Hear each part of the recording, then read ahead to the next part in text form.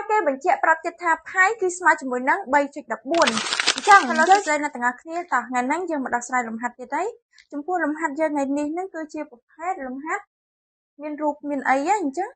កាលណាដែលយើងឃើញមានរូបអញ្ចឹងដឹងថាជាប្រភេទលំហាត់អីគេអញ្ចឹងតើយើងមកមើលសិនថាតើប្រធានរបស់យើងហ្នឹងគឺគេឲ្យមកអីគេខ្លះហើយចង់ឲ្យយើងទៅស្វែងរកអ្វីអញ្ចឹងប្រធានគឺគេឲ្យយើងនឹងគណនាតម្លៃ R នៃស៊ីឡាំងនេះរូបស៊ីឡាំងរបស់យើងណាហើយបើគេប្រាប់មាត្ររបស់វាហ្នឹងគឺមានរង្វាស់620,88,000 សង់ទីម៉ែត្រទៀតហើយគេបញ្ជាក់ប្រាប់ទៀតថាផាយគឺស្មើជាមួយនឹង 3.14 អញ្ចឹងយើងចាប់ផ្ដើមមកដោះស្រាយវាមកចម្លើយខ្ញុំដាក់ចម្លើយមក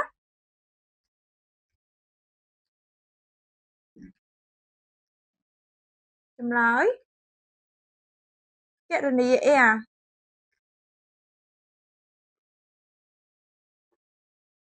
គណនាដាក់តម្លៃ R មកដល់យើងដឹងហើយថាមាត្ររបស់ស៊ីឡាំងហ្នឹងគឺតាមរូបមន្តតាម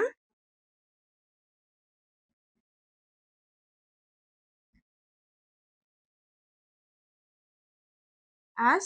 ស្មើជាមួយនឹងផាយ R ការ៉េប៉ុន្តែ S របស់យើងហ្នឹងគេប្រាប់មកគឺ620,88,000 សង់ទីម៉ែត្រទៀតហើយផាយក៏គេបញ្ជាក់ប្រាប់យើងដែរថា3.14 អញ្ចឹងយើងដាក់យើងស្រង់បំរាប់វាឡើងមកដោយ R ស្មើជាមួយនឹង620,88,000 សង់ទីម៉ែត្រទៀតនិងផាយស្មើជាមួយនឹង3.14ពេលដែលយើងស្រង់បំរាប់វារួចហើយគឺយើងយកវាមកចំនួននៅក្នុងរូបមន្តហ្នឹងមកយើងដាក់គេបាន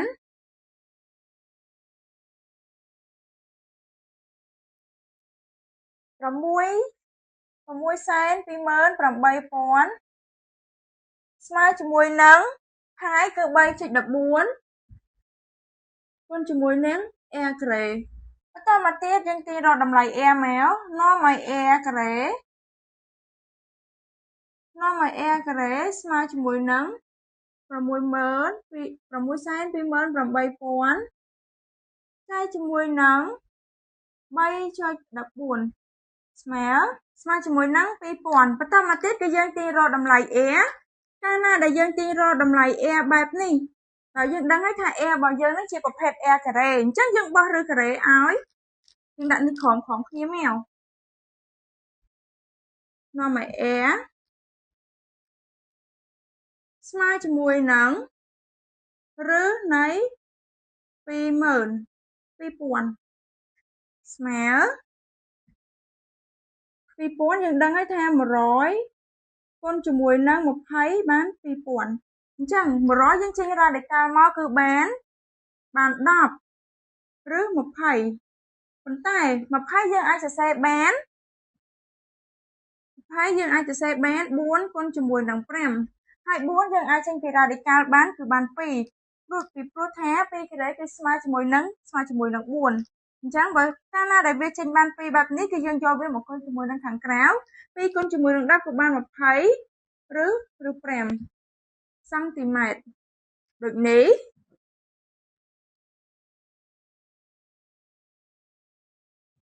R ស្មើជាមួយនឹង20ឬ5សង់ទីម៉ែត្រ